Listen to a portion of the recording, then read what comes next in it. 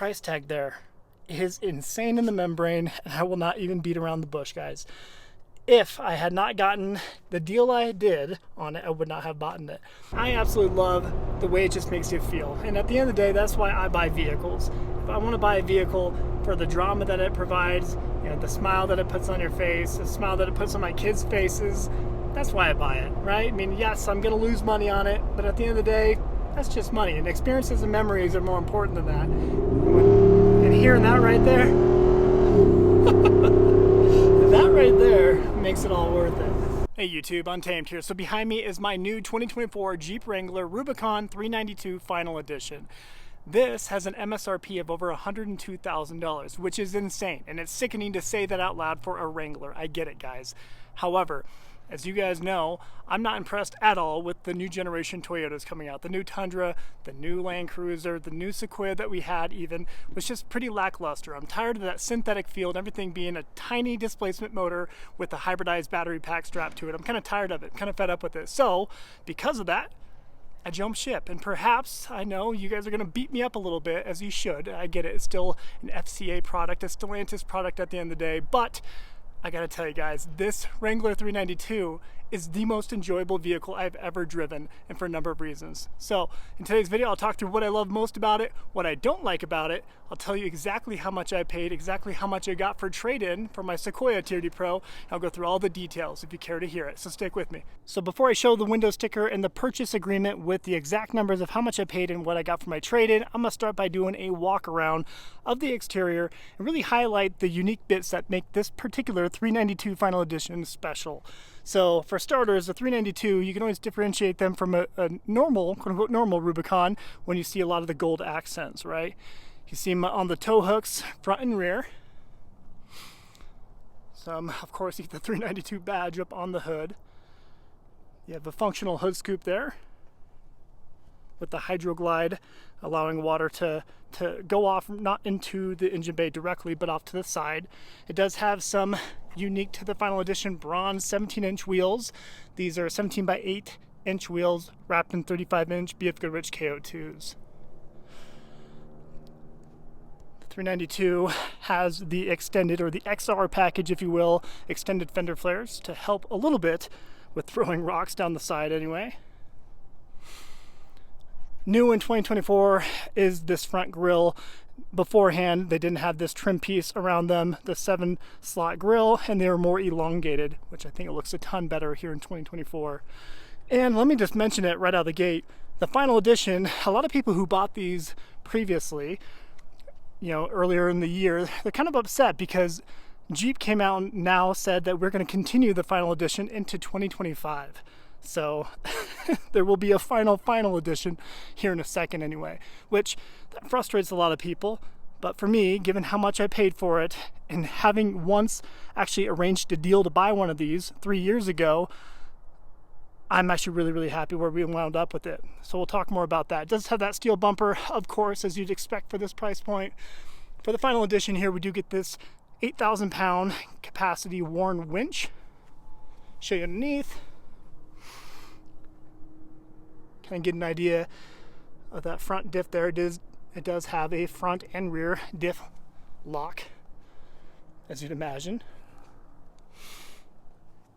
Pan out to the side. The thing that really made me pull the trigger on this, there's a number of reasons why I loved it. The color. I love this Fathom Blue color. I'll kind of cut to a different shot here where I'm showing it in the light, the daylight. It just has a wonderful looking metallic flake to it when it's in the sunlight, but obviously when you're looking at it here in the shade, it almost looks black to some degree, really dark blue. But I love the way it comes to life when it's in the sunlight, and it is unique to the 392 in particular.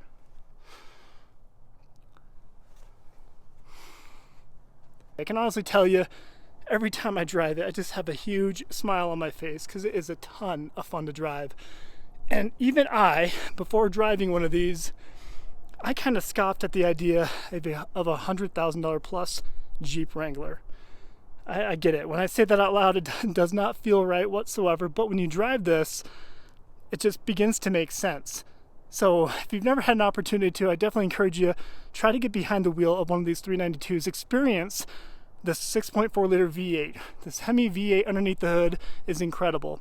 Naturally aspirated, of course, 470 horsepower and 470 foot-pounds of torque. Now, similar to what I found in my 5.7 liter V8 Tundra TRD Pro, I love the rumble that we get out of this at any speed. And of course, when you get on throttle, it just screams. And it's so much fun. I mean, I love the fact that it just offers that drama. The engine's shaking, the exhaust is howling, the cabin is shaking. Like, it just feels like a thrilling vehicle. And in the days now that everything has just become so synthetic and so fake feeling and so hybridized, I just really wanted something that I knew wasn't going to be around for much longer. Obviously, this is going to be around for one more year, but I love the fact that this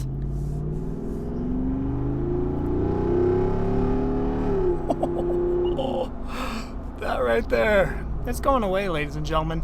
Obviously, with the way the recent presidential election went within the US, this stands a stronger chance of sticking around a little bit longer. But let's face it, I mean, these giant V8s here, these thirsty gas guzzling V8s, they're weaning off, right? They're starting to disappear, and this is going to be no exception. Here in a couple of years, you're not going to be able to find a Jeep Wrangler 392 with this 6.4 liter V8. So I'm appreciating it while I can, and who knows how long I'll keep it, and who knows, I might get stuck with the thing.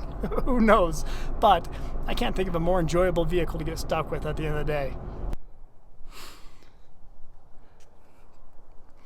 It does have an integrated antenna in the windshield, which will probably make it more expensive to replace, let's face it, but that is unique to the 392 here, the final edition. I love the LED headlights. I think these look awesome. You get kind of an idea of that turquoise indigo looking color here. Kind of get an idea even in the shade. Let me show you the interior. So we have beautiful Napa leather interior that feels incredible to the touch.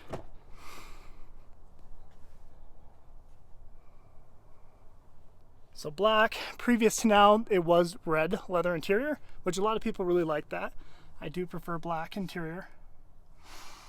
We do have a more elongated horizontal infotainment here.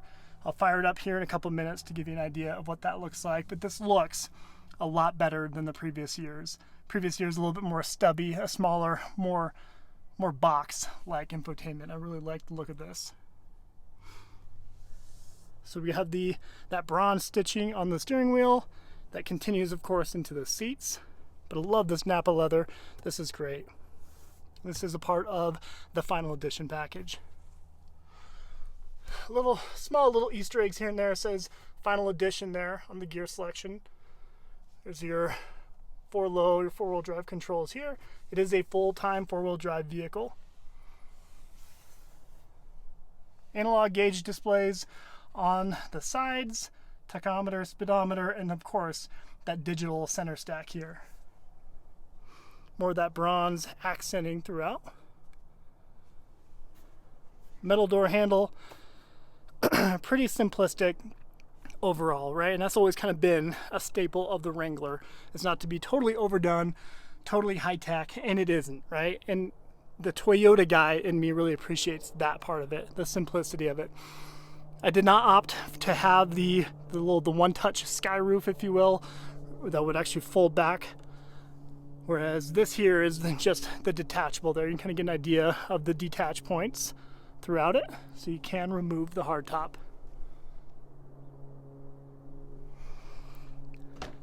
So the kids have ridden in this a couple times now, and they're always asking to ride in it just because there was so much drama while driving this. And that is honestly the reason why I bought it. I love it. I love putting my foot on that pedal and just hearing the 6.4 liter Hemi V8 just roar to life. It does. It puts a permanent smile on your face. And yes, I'm sure a lot of you will be quick to say, whoa, get ready to put it in the shop, get ready for all that. Yeah, perhaps, right? You know, but for me, it's more about trying something new at this point. I'm not impressed with the new generation Toyotas whatsoever. They're very synthetic feeling, not to mention they are wildly overpriced for what you get. Driver's side fuel cap, kind of a metal filling cap, which is nice. Look down the side there. Your spare out back. Show you what the back cargo space looks like.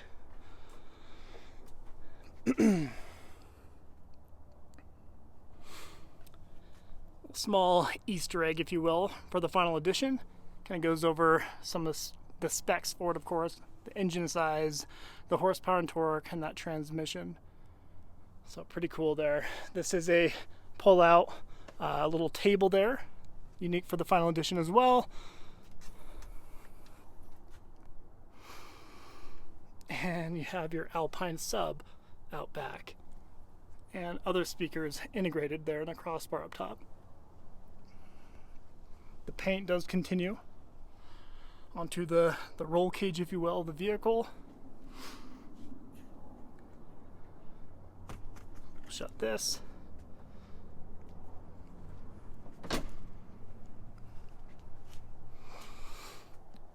Yeah, I mean, it really just comes down to just how much fun it is to drive, guys, right? I always kind of talk about appreciating simplicity, and this is, when you get inside of it, it really does feel very simplistic. I love the heritage behind the Jeep, of course. I don't love the fact that Stellantis is kind of running this brand to the ground. That definitely upsets me, but holistically speaking, this really is still very much an American staple, right? This really is, I don't know, a pretty American brand, right? They're still totally assembled out of Toledo, Ohio.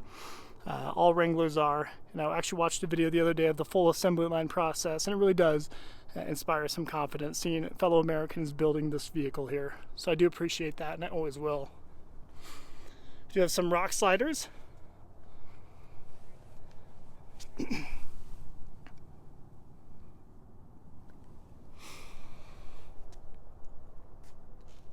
course, more of that gold accenting.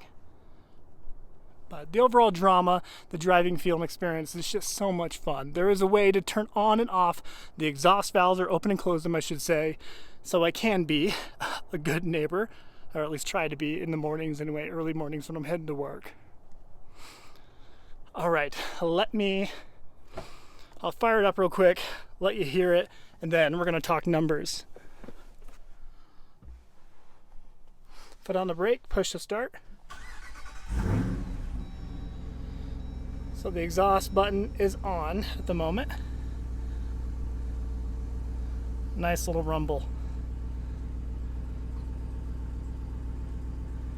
And I'll show you what it sounds like from the outside too.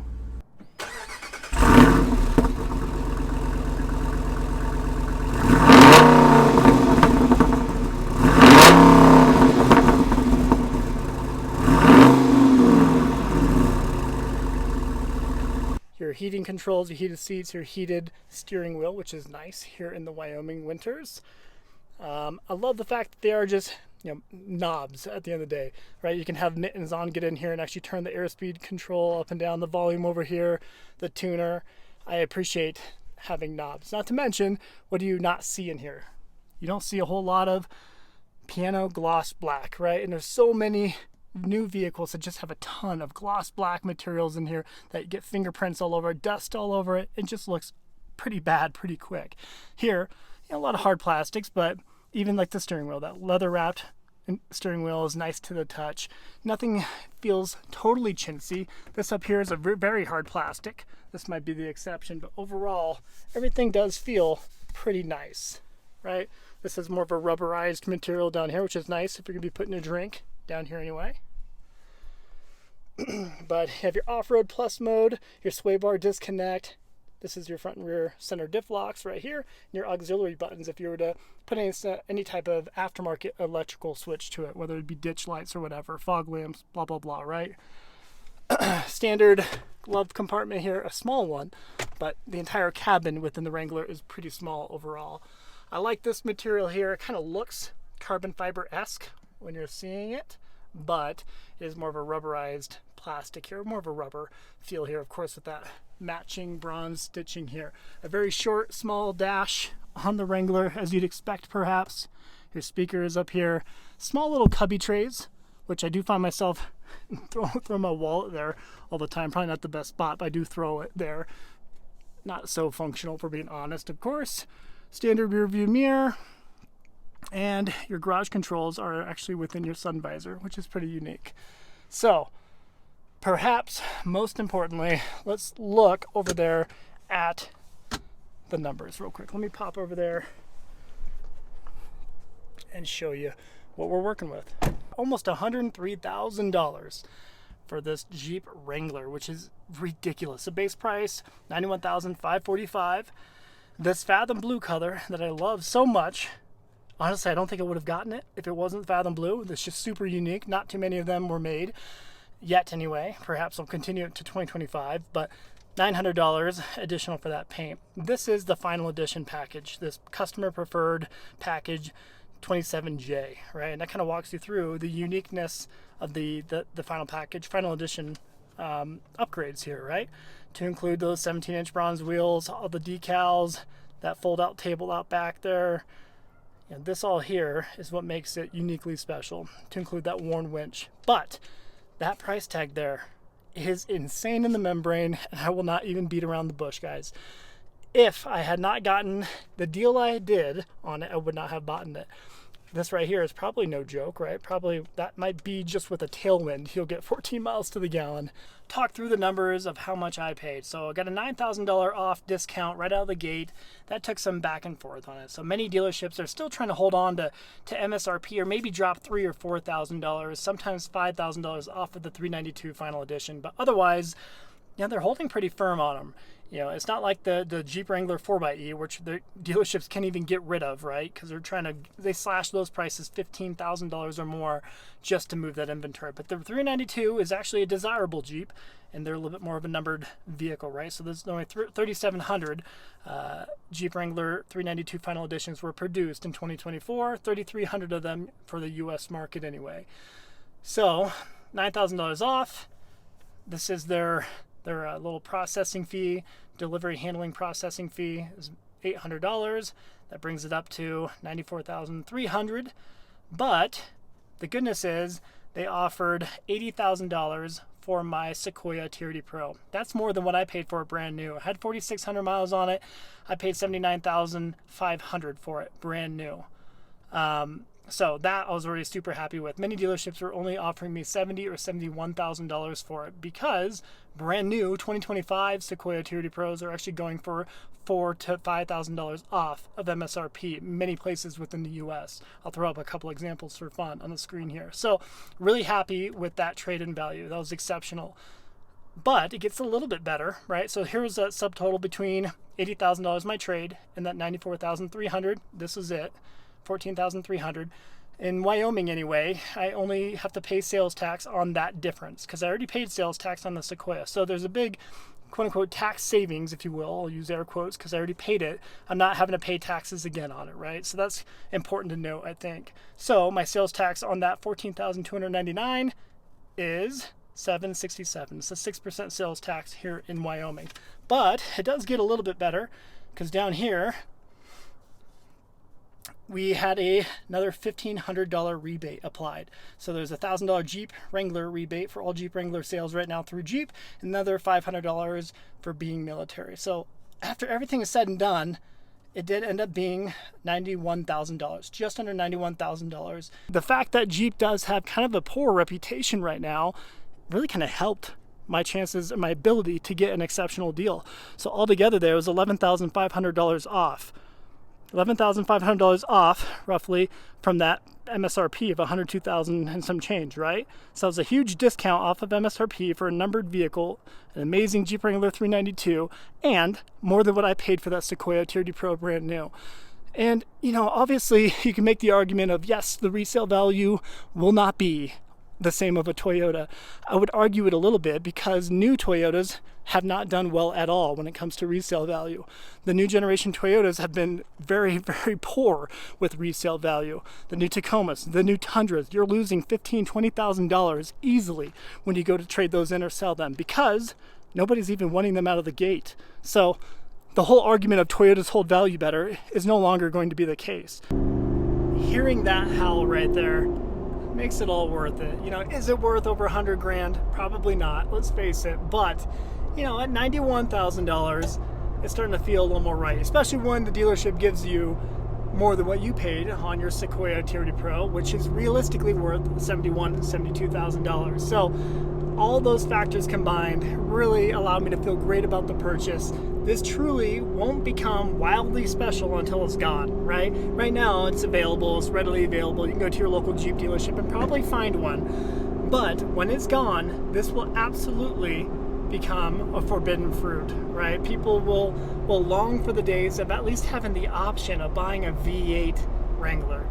I absolutely love the way it just makes you feel. And at the end of the day, that's why I buy vehicles. If I want to buy a vehicle for the drama that it provides, you know, the smile that it puts on your face, the smile that it puts on my kids' faces, that's why I buy it, right? I mean, yes, I'm going to lose money on it, but at the end of the day, that's just money. And experiences and memories are more important than that. And hearing that right there, that right there makes it all worth it. V8s are quickly dying off. I think that's no surprise to anybody, right? And here, and I'd say within 5 years, we are going to be so hard pressed to go buy a brand new V8 option, right? A naturally aspirated V8 option.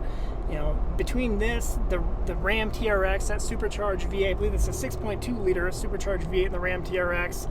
Like, they're a dying breed, and it's just a matter of when. It's not a matter of if. It's going to go away.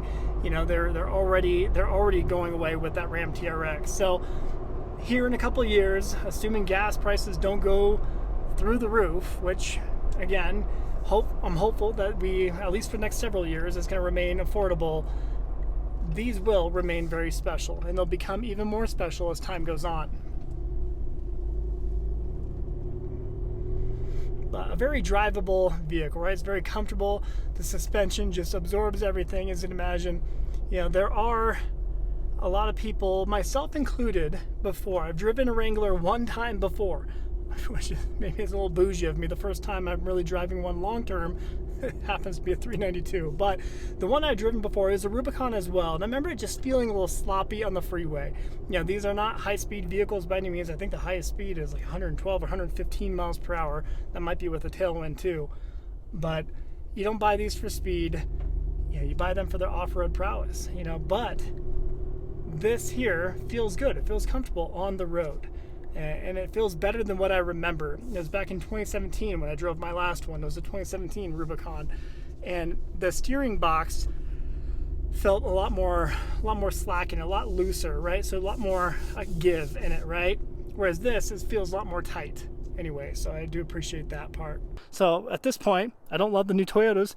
Why not jump ship? Why not try something new? And heaven forbid we have something different on the channel other than a Toyota. So let me know what your thoughts are on the Jeep Wrangler 392 here. I'll be providing a lot more videos on it, talking through my likes, my dislikes, anything that you would like to see on it. And of course, I'm actually going to try to get behind the wheel and take this off-roading and share that content with you guys, because you guys know I normally don't do that. But what better vehicle to do it with than the 392 here. Thanks for watching as always. Until next time.